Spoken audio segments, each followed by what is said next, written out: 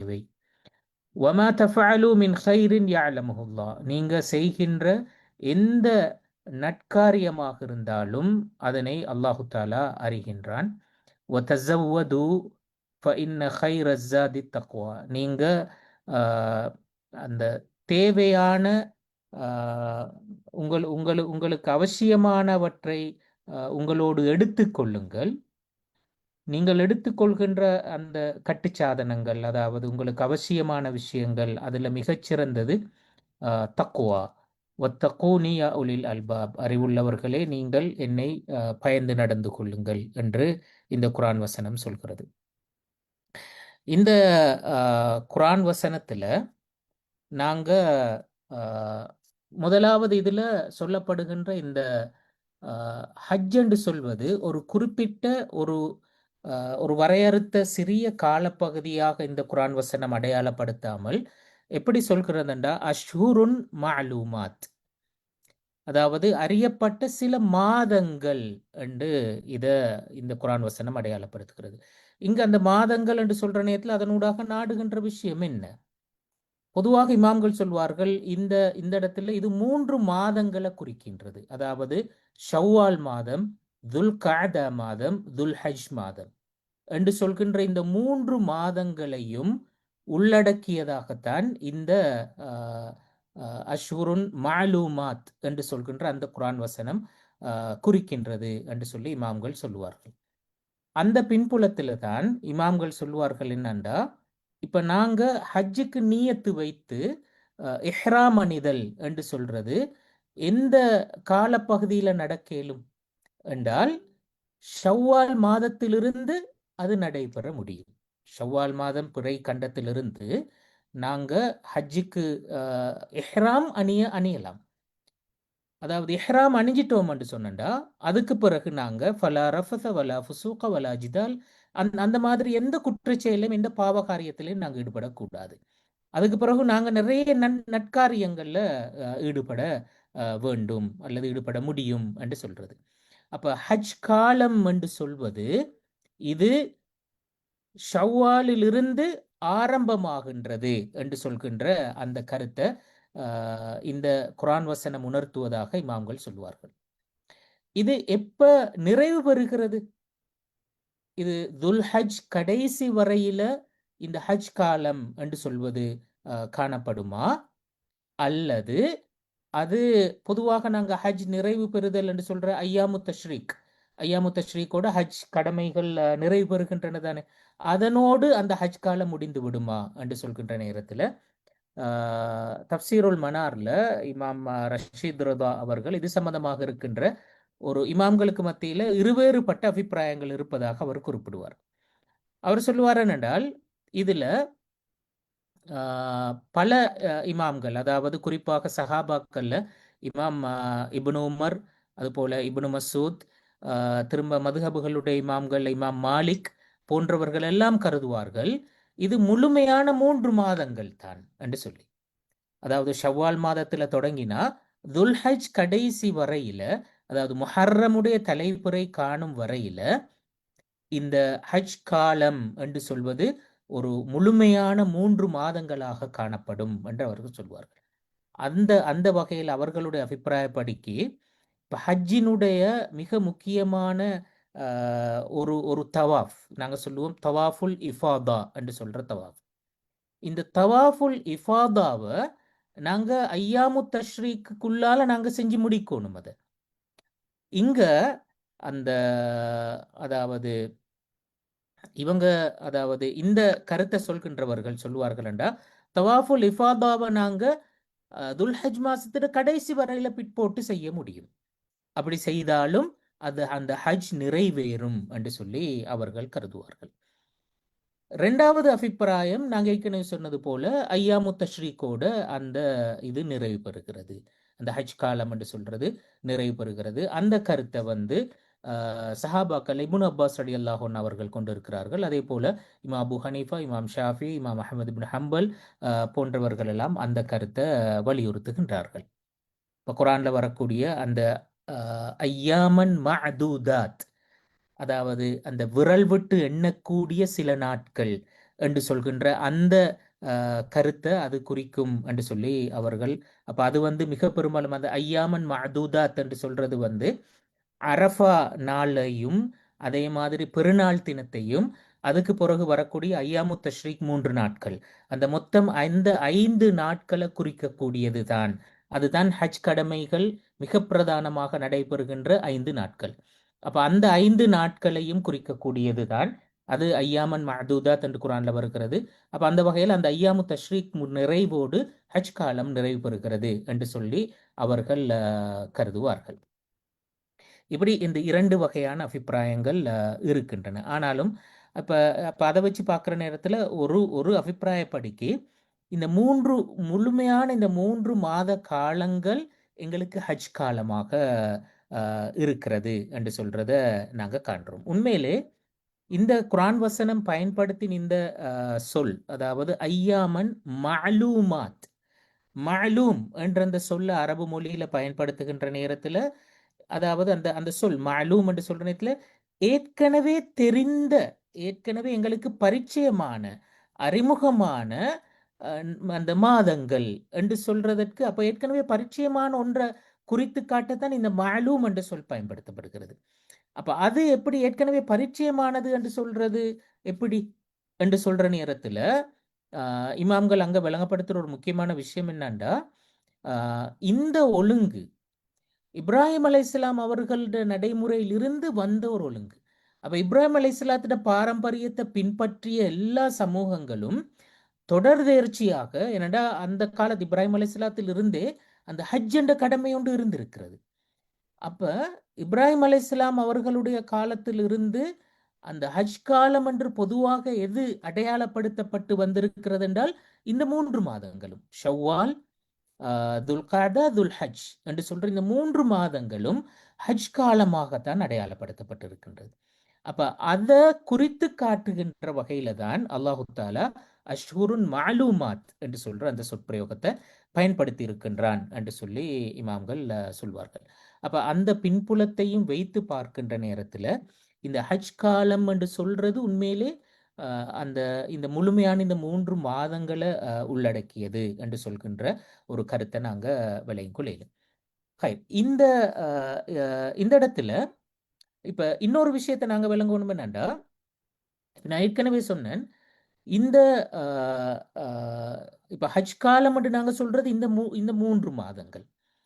இப்ப இதுக்கு இதை விட விசாலமான ஒன்றாகத்தான் நாங்க பார்க்கிறோம் அஷ்ஹுருல் ஹுரும் என்று குரான் பயன்படுத்தின ஒரு சொல். அது 4 மாதங்கள்.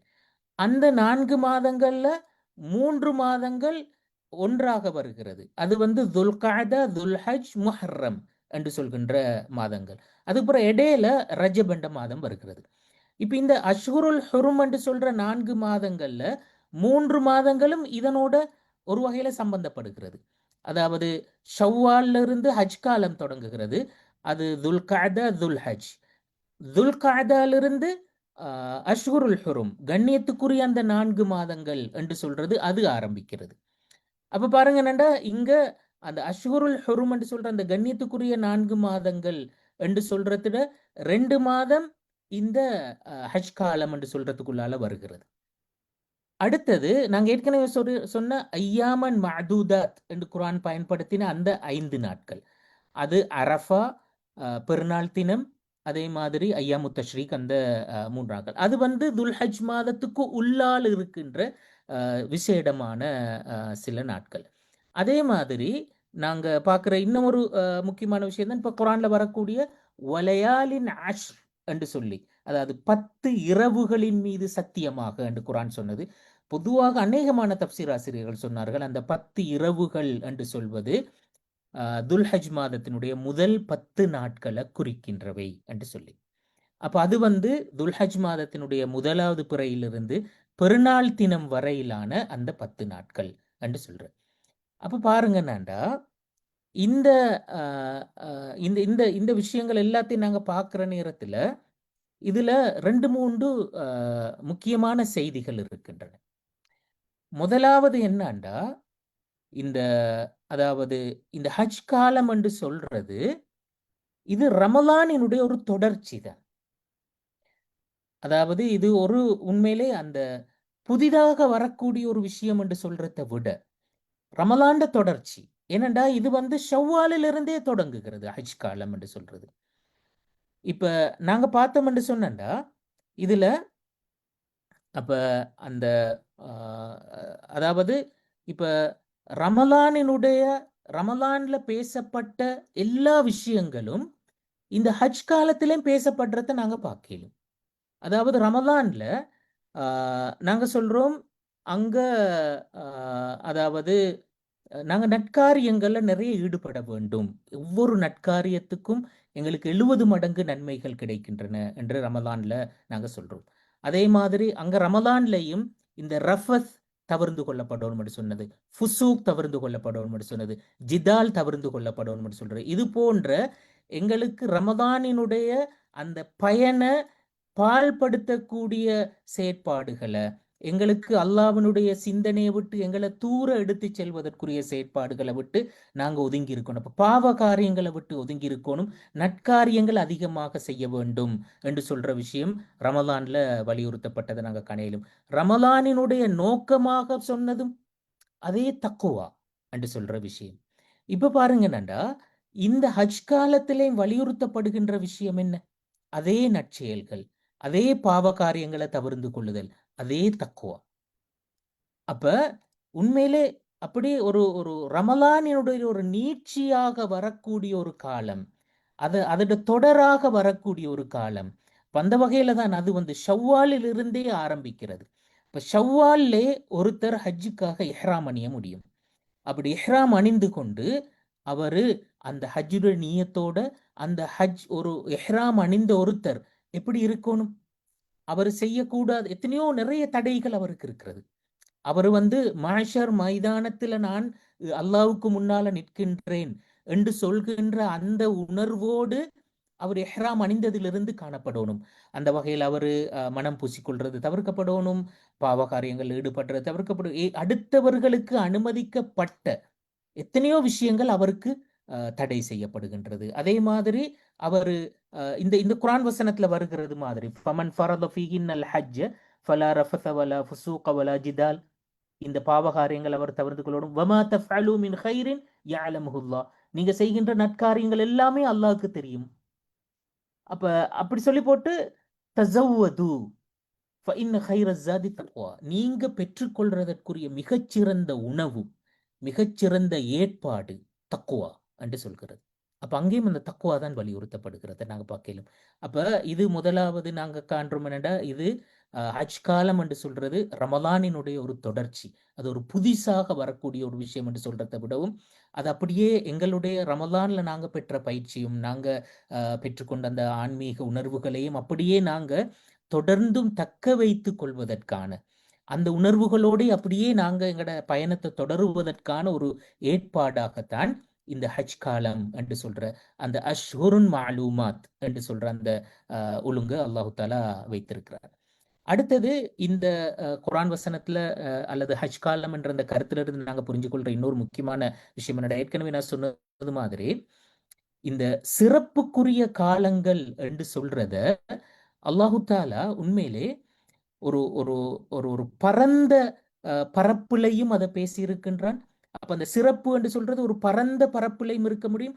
அதற்குள்ளால் சில காலங்கள் மிகச் சிறப்பானதாக, அதற்குள்ளால் சில காலங்கள் இன்னும் மிகச் சிறப்பானதாக, அப்படியான ஒரு வடிவம் இருக்கிறது. அந்த வடிவத்தை நாங்க இப்ப ஏற்கனவே சொன்ன இப்ப அஷ்ஹுருல் ஹுரும் அது 4 மாதம் ஒரு பரந்த காலப்பகுதி. அதே மாதிரி அஷ்ஹுருன் மாலூமாத் ஹஜ் காலம் என்று சொல்றது அது 3 மாதங்கள். இப்ப நான் ஏற்கனவே சொன்னேன் அந்த கண்ணியமிக்க 4 மாதங்கள்ல 3 மாதங்கள் ஹஜ் காலத்துல ஹஜ் காலத்துல 3 மாதங்களோடு 2 மாதங்கள் அதுல சம்பந்தப்படுகிறது. இங்க ஷவ்வால், இங்க முஹர்ரம், அது ரெண்டையும் விட்டுட்டு நடுவுல துல்காதா துல்ஹஜ் என்று சொல்றது ஹஜ் காலத்துக்கும் சம்பந்தப்படுகிறது. அதே நேரத்துல அந்த கண்ணியத்துக்குரிய 4 மாதங்கள்ன்றதுக்கும் சம்பந்தப்படுகிறது. அதற்குள்ளால ஹஜ் காலம் அந்த துல்ஹஜ் என்ற மாதத்துக்குள்ளால அங்க நாங்க அந்த 10 நாட்கள் வலையாலின் அஷ்ர் என்று சொல்ற அந்த 10 நாட்கள் அந்த 10 நாட்களுக்கு உள்ளால அந்த அதாவது ஐயாமன் மஅதூதாத் என்று சொன்ன ஹஜ்ஜுக்குரிய 5 நாட்கள்ல 2 நாட்கள் அதற்குள்ளால வருகின்றது. அதாவது அரஃபா தினமும் பெருநாள் தினமும். அப்ப பாருங்க என்னண்டா அந்த அந்த சிறப்பினுடைய வட்டம் எப்படி கூர்மை அடைந்து கொண்டு போகிறது என்று சொல்லி அந்த மிகப்பெரிய ஒரு வட்டம் இருக்கிறது. அதற்குள்ளால் ஒரு ஒரு சிறப்பான வட்டம், அதற்குள்ளால் ஒரு சிறப்பான வட்டம், அதற்குள்ளால் ஒரு சிறப்பான வட்டம் என்று சொல்லி நாங்க அப்ப மிக ஸ்பெசிஃபிக்காக பயன்படுத்த முடியுமான, நாங்க பயன்படுத்த வேண்டிய அந்த அந்த விஷயத்தை அழகா ஃபோக்கஸ் பண்ணி காட்டிருக்கிறது. அப்ப நாங்க ஷவ்வால் மாதத்திலேயும் நிறைய நல்லமல்கள் செய்ய முடியும். அதே மாதிரி முஹர்ரம் மாதத்திலேயும் செய்ய முடியும். அதை விட ஃபோக்கஸாக துல்காதா துல் ஹஜ்ல நாங்க செய்வது பொருத்தமாக இருக்கும். அதை விட ஃபோக்கஸாக நாங்க துல் ஹஜ்ல அந்த முதல் 10 நாட்களும் அதற்கு பிறகு அந்த ஹஜ்ஜுடைய 5 நாட்களும் இந்த இந்த நாட்களுக்குள்ளால செய்வது பொருத்தமானதா இருக்கும். அதை விட ஃபோக்கஸாக நாங்க வந்தோம்டா அந்த 2 நாட்கள், அதாவது அரஃபாவுடைய தினமும் பெருநாள் தினமும், அந்த 2 நாட்களுடையும் அந்த இபாதத் வடிவத்தை பாருங்க.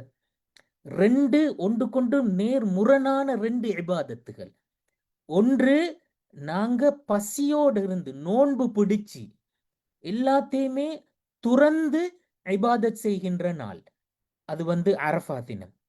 அடுத்து பெருநாள் தினம் எல்லாத்தையுமே அனுபவித்து சந்தோஷமாக இபாதத் செய்கின்ற நாள்.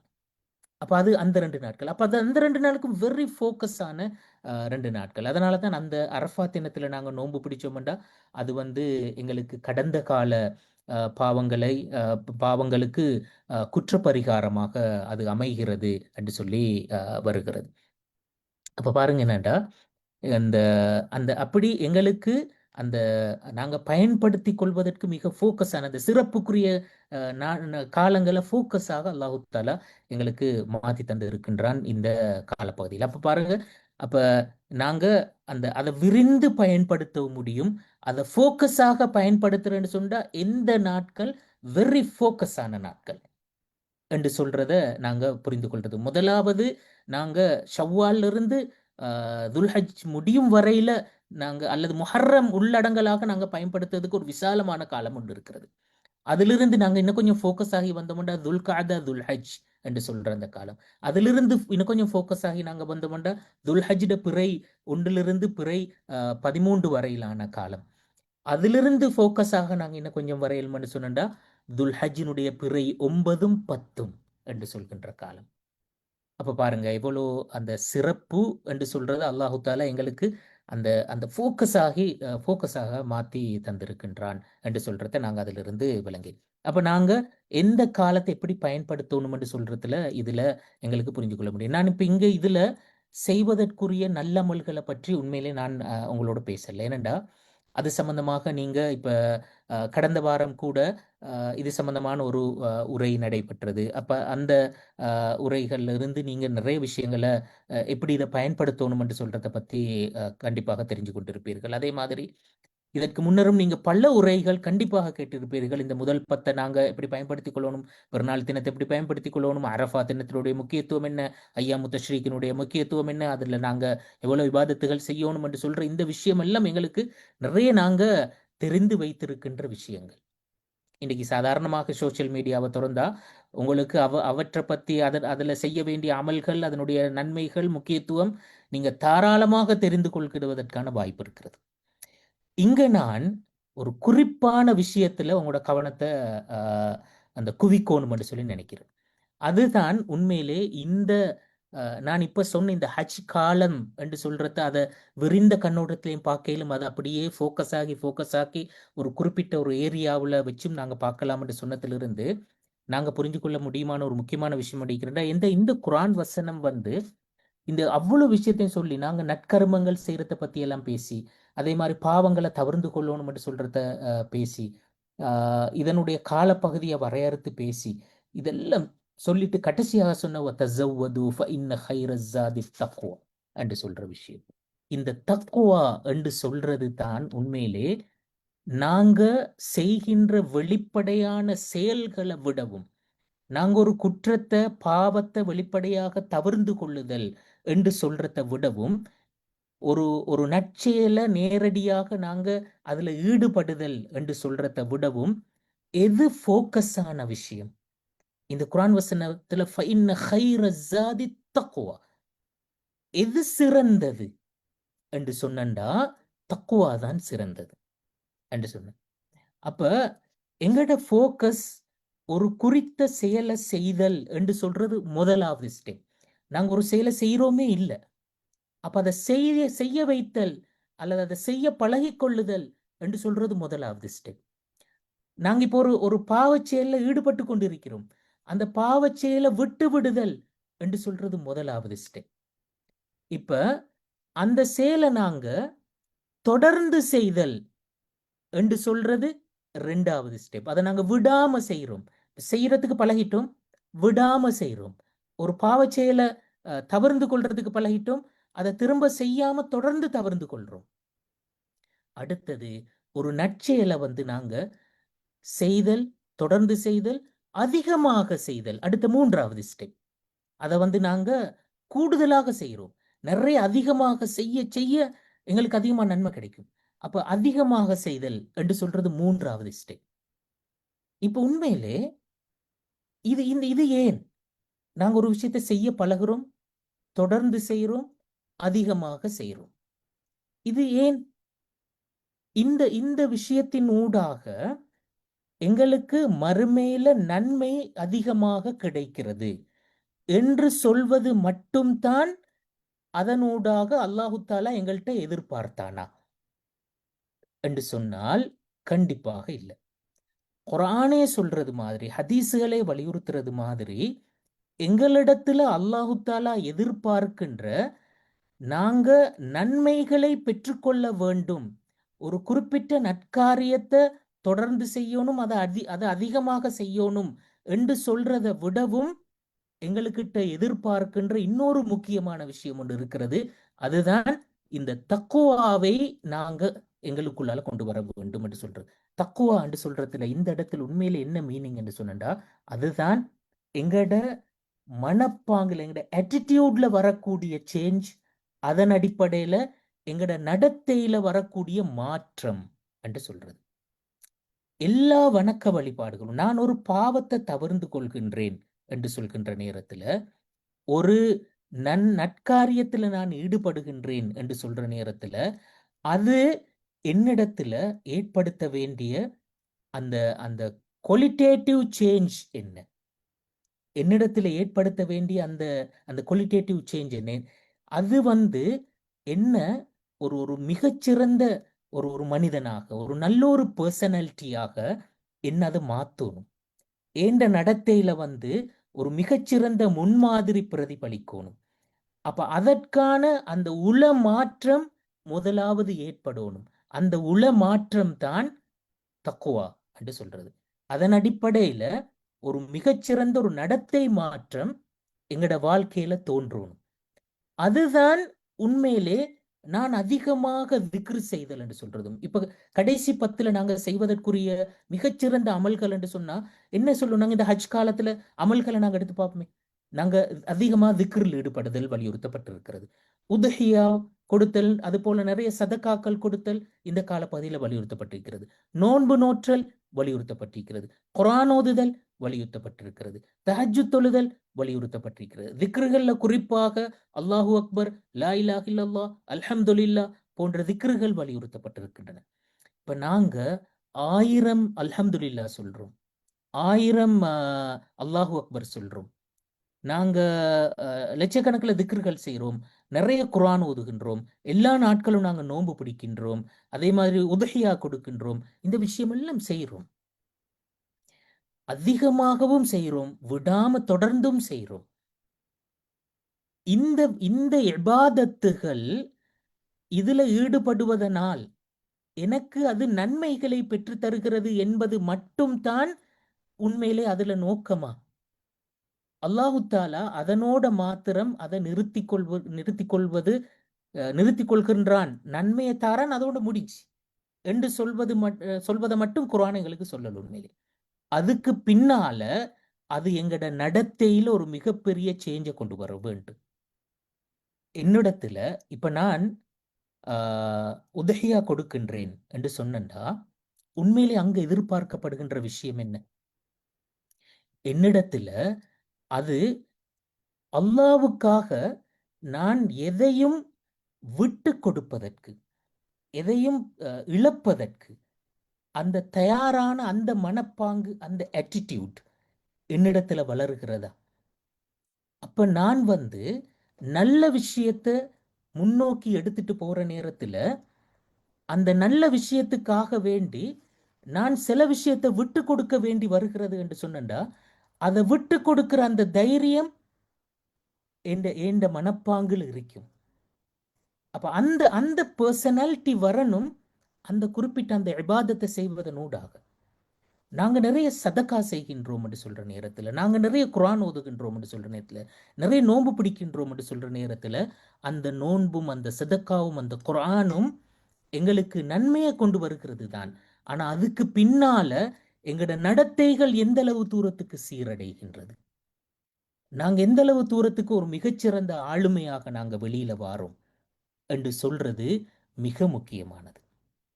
இந்த இடத்துல இப்ப இந்த கருத்தை மிச்சம் அழகாக பேசக்கூடிய ஒரு ஒரு விஷயம்தான் இந்த அதாவது இந்த உதஹியாவோடு சம்பந்தப்பட்ட இந்த குர்ஆன் வசனத்தை பாருங்க. சூரத்து ஹஜ்ஜில் வரக்கூடிய 37வது வசனம். அதுல லை யனாலல்லாஹ் லுஹூமுஹா வலா திமாஉஹா வலாக்கின் யனாலுஹு தக்வா மின்கும். நாங்க உதஹியா கொடுத்தல் என்று சொல்றதுடைய புற வடிவம் எங்களுக்கு வெரி கிளியர் தானே. நாங்க ஒரு உயிரினத்தை வாங்குறோம், அதை அறுக்கிறோம், அதனுடைய இறைச்சியை நாங்களும் சாப்பிடுறோம், அடுத்த ஆக்களுக்கும் சதக்கா செய்கின்றோம். இந்த செயற்பாடு உண்மையிலே என்னது?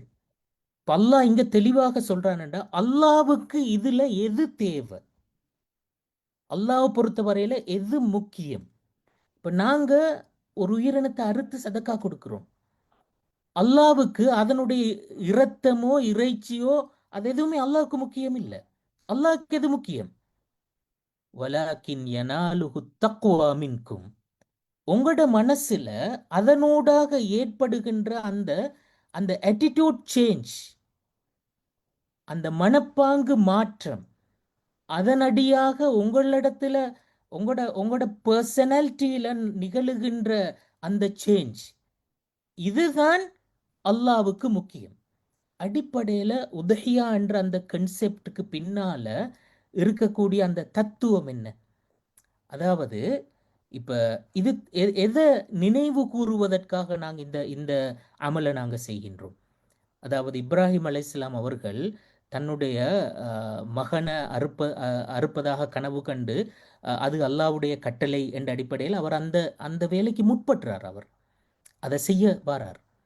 அப்ப அதை செய்யறதுக்கு அந்த முற்பட்ட அந்த தருணம் வரையில கடைசி அதை கழுத்துல கத்திய வச்சு அவர் அறுக்கிறார். ஆனா அது அறுபடல்ல. அந்த தருணம் வரையில அவர் கொஞ்சமும் பின்வாங்கல்ல அந்த நடவடிக்கையிலிருந்து. அதுக்கு பிறகு அல்லாஹு தாலா அதுக்கு மாற்றீடாக ஒரு ஆட்டை கொடுத்து அவர் அதை உதகையா கொடுத்தார்.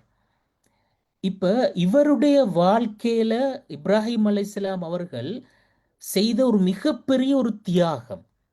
உதஹியாண்ட சொல்லே ததஹியா தானே, தியாகம் என்று சொல்றது. உதஹியாண்ட சொல்லே மொழி ரீதியாகவே தியாகம் என்ற கருத்தை தான் குறிக்கிறது. அப்ப அவர் செய்த ஒரு மிகப்பெரிய தியாகம். அவர் தன்னுடைய மனைவி பிள்ளைகளை மனித சஞ்சாரம் இல்லாத எந்த நீர் வசதியோ மரமட்டைகளோ எதுவும் இல்லாத ஒரு பாலைவனத்துல கொண்டு விட்டுட்டு போனார். அதே மாதிரி அந்த மகனை அறுக்கணும் என்று சொல்ற ஒரு ஒரு சூழ்நிலை வந்தோடனே அதை அறுக்கவும் முற்பட்டார். அப்ப இப்படி பெரிய ஒரு தியாகம் அவருடைய வாழ்க்கையில. அதாவது அந்த இடத்துல தியாகம் உண்மையில் என்னண்டா, மனசுக்கு விருப்பம் இல்லாத ஒரு விஷயத்த செய்யறதுக்கு முற்படுறது. எதற்காக? அல்லாஹ் எனக்கு கட்டளை இட்டு இருக்கின்றான், அல்லாவினுடைய ஒரு கட்டளை, அதன் அடிப்படையில எந்த மனசில் எனக்கு உடன்பாடு இல்லாவிட்டாலும் அதை நான் செய்கின்றேன் என்று சொல்கின்ற அந்த மனநிலை, அந்த attitude, அந்த சேஞ்ச எங்கட மனசுல கொண்டு வாரது தான் இந்த உதஹியா என்ற கடமையை நாங்க செய்யறதுக்கு பின்னால் இருக்கின்ற தத்துவம். அதுதான் அதுதான் நோக்கம். அதைத்தான் நாங்க இப்ராஹிம் அலைஹிஸ்ஸலாத்தினுடைய வாழ்க்கையிலிருந்து பெற்றுக்கொள்கின்ற மிக முக்கியமான பாடம். எங்கட மனசுல வர வேண்டிய attitude சேஞ்ச் அதுதான். இப்ப நாங்க கொடுக்கின்ற உதஹியாவுல, நாங்க செய்கின்ற சதக்காவுல இது எங்களுக்கு நடக்குதா? இந்த விஷயம், இந்த attitude சேஞ்ச் எங்களுக்கு வரலன்னு சொன்னா, நாங்க எதையும் விட்டு கொடுப்பதற்கு என் மனசுக்கு விருப்பமான ஒரு விஷயத்த அல்லாவுக்காக நான் கைவிட ரெடி, நான் விட்டு கொடுக்க ரெடி என்று சொன்னால், அப்பதான் அந்த உதஹியாவினுடைய சரியான அந்த attitude சேஞ்ச் என்னில் வந்திருக்கிறது என்று பொருள். இப்ப தக்குவா என்று சொல்றதில் உண்மையிலே தக்குவா என்ற சொல்லையும் பாருங்க, அது அடிப்படையில வக்கா என்ற அந்த சொல்லிலிருந்து வருகிறது. வக்கா என்று சொன்னா பாதுகாப்பு பெற்றான் என்று கருத்து.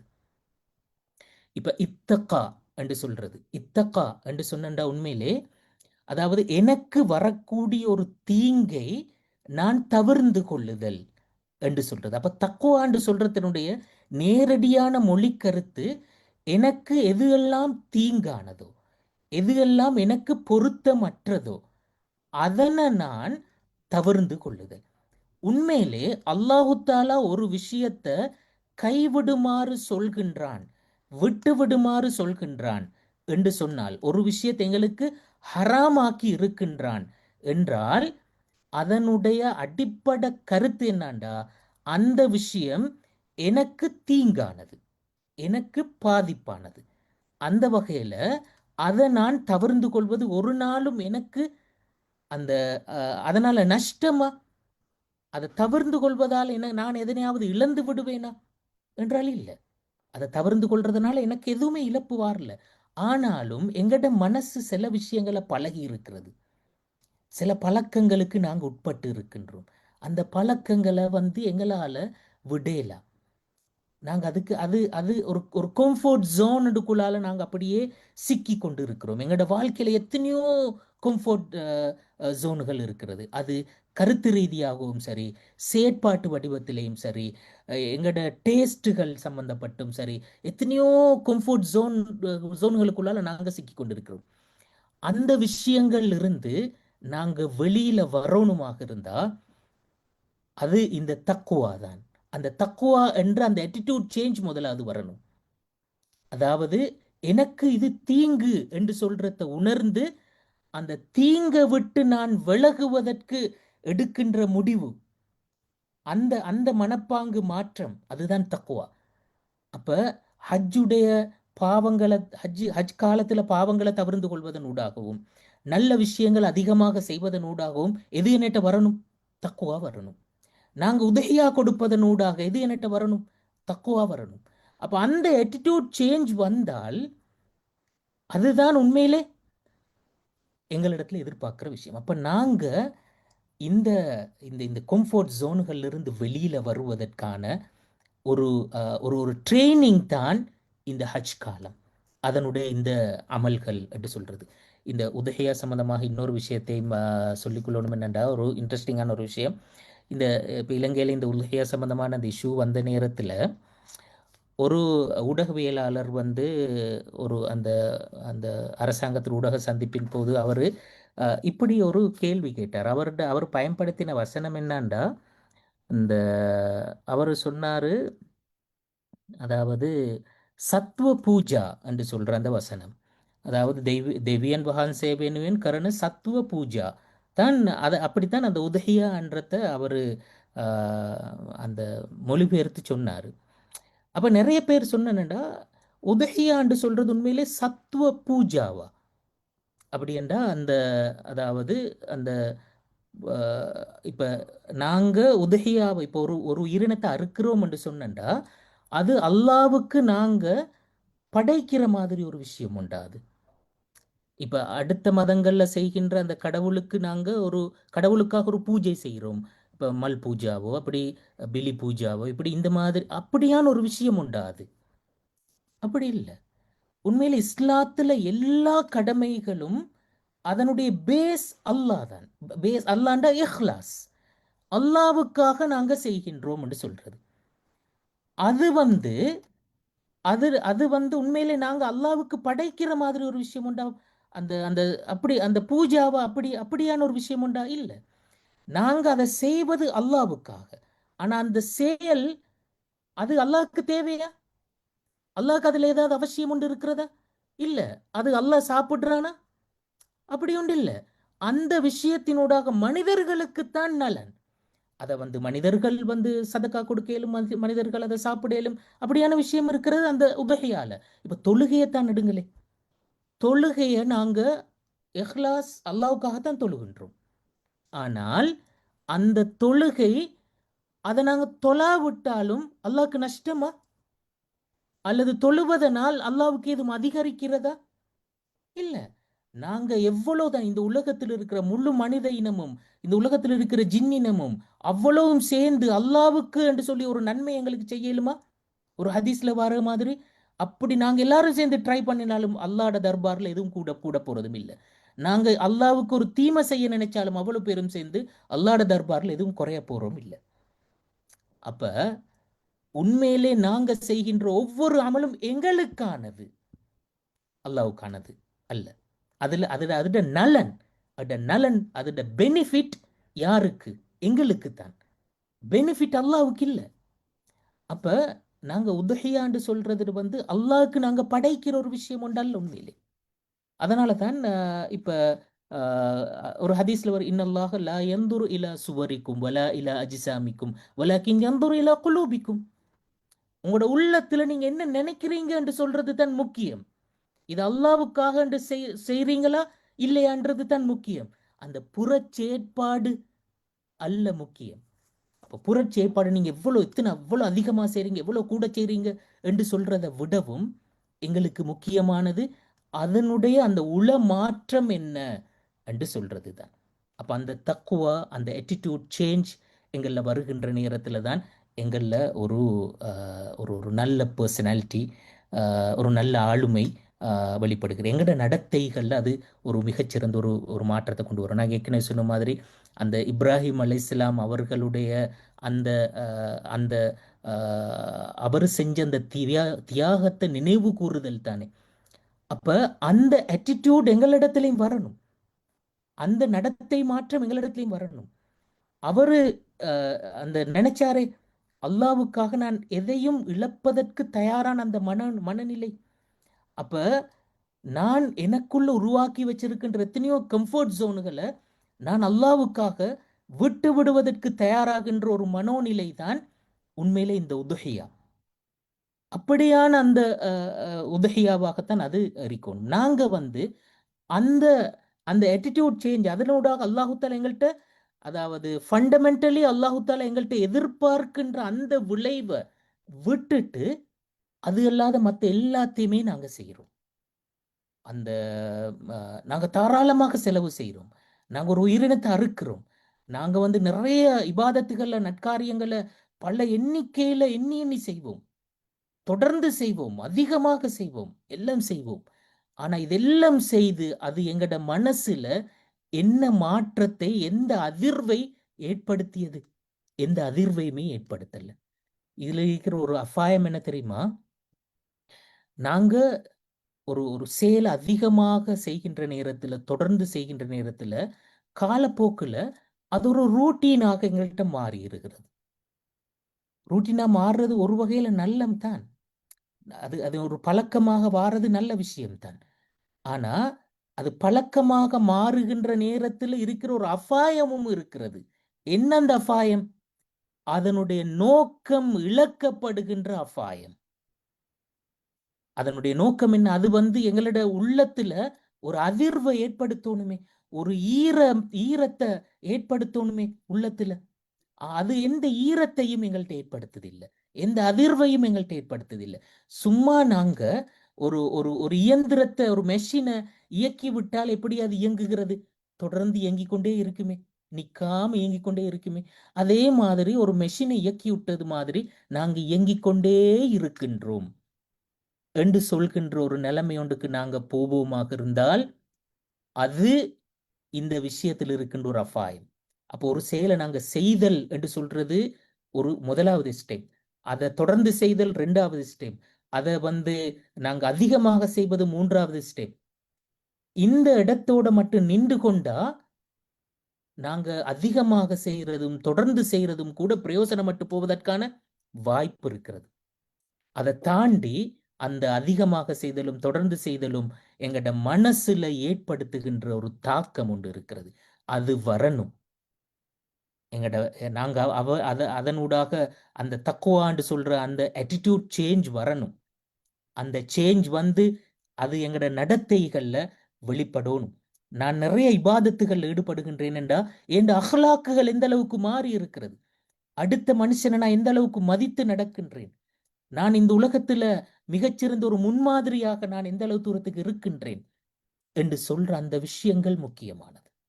அப்ப அதுதான் உண்மையிலே இதில் இருக்கின்ற ஆக முக்கியமான மெசேஜ் என்று சொல்றத நாங்க புரிஞ்சுக்கணும். முடிக்கிறதுக்கு முந்தி இன்னொரு விஷயத்தை சொல்லி முடிச்சுக்கொள்றேன். நாங்க வாழுகின்ற இந்த காலத்தோடு சம்பந்தப்பட்ட ஒரு ஒரு ஒரு விஷயம். அதாவது இந்த காலத்தோடு நான் சொல்றேன்னா, கிட்டத்தட்ட நாங்க இந்த வளைகுடா நாட்டுகள்ல வாழுகின்ற நாங்க ஒரு ஒரு யுத்த சூழ்நிலை ஒன்றில் தானே இருக்கிறோம். அதனுடைய நெருக்கடி எங்கட எல்லாருடைய வாழ்க்கையிலும் ஒரு ஒரு நெருக்கடியை கொண்டு வந்திருக்கிறது. ஹஜ் காலம் என்று சொல்றதனுடைய விசேடங்களை குரான் சொல்கின்ற நேரத்துல லியஷ்ஹது மனாஃபிஅ லஹும், அவர்களுக்கு சில பிரயோசனங்களை கொண்டு வந்து சேர்ப்பதற்குரிய ஒரு காலம் என்று சொல்கிறது. இமாம்கள் இதுல முக்கியமான 2 பயன்களை சொல்லுவார்கள். ஒன்று பொருளாதார ரீதியான பயன், 2வது சமூக கூட்டுறவு அல்லது சமாதானம் என்று சொல்கின்ற பயன். அப்ப இந்த காலம் உண்மையிலே ஒரு சர்வதேச ரீதியாக முஸ்லிம் உம்மத்தினுடைய பொருளாதார கூட்டுறவுக்கான காலம், முஸ்லிம் உம்மத்தினுடைய சமாதான கூட்டுறவுக்கான காலம் என்று சொல்றத நாங்க காணோம். அப்ப இந்த இந்த 2 விஷயங்களும் தான் இன்றைக்கு நாள்ல எங்களுக்கு அச்சுறுத்தலாக மாறி இருக்கின்ற 2 விஷயங்கள். இந்த இந்த 2 விஷயங்களும் பொருளாதார ரீதியாகவும் இந்த இந்த காலம் எங்களுக்கு ஒரு ஒரு ஒரு ஒரு சிக்கலை கொண்டு வந்திருக்கின்ற காலமாக இருக்கிறது. சமாதானம் என்ற வகையிலையும் இந்த காலம் முஸ்லிம் உம்மத்துக்கு மட்டுமல்ல முழு உலகத்துக்குமே ஒரு ஒரு மிகப்பெரிய சிக்கலை கொண்டு வந்திருக்கின்ற ஒரு காலம்.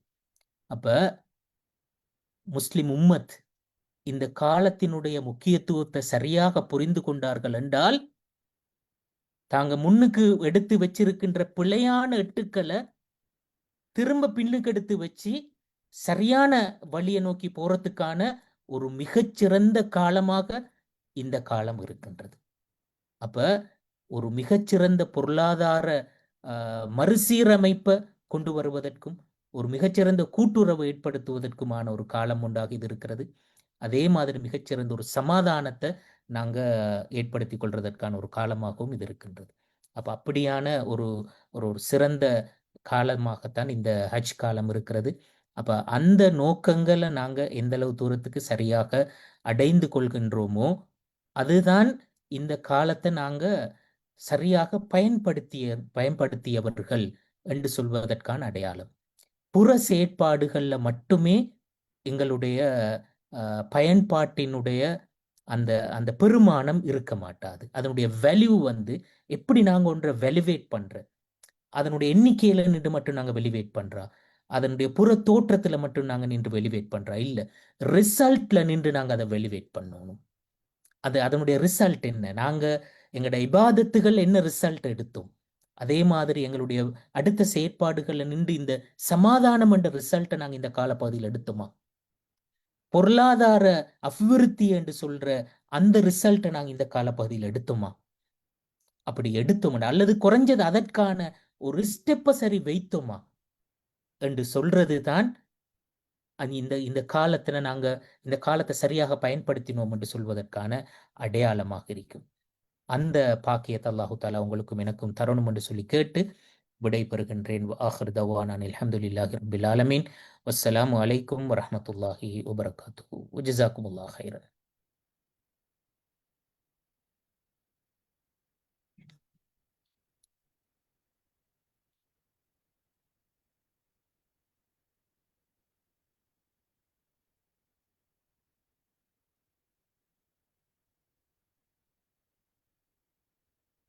இது சம்பந்தமா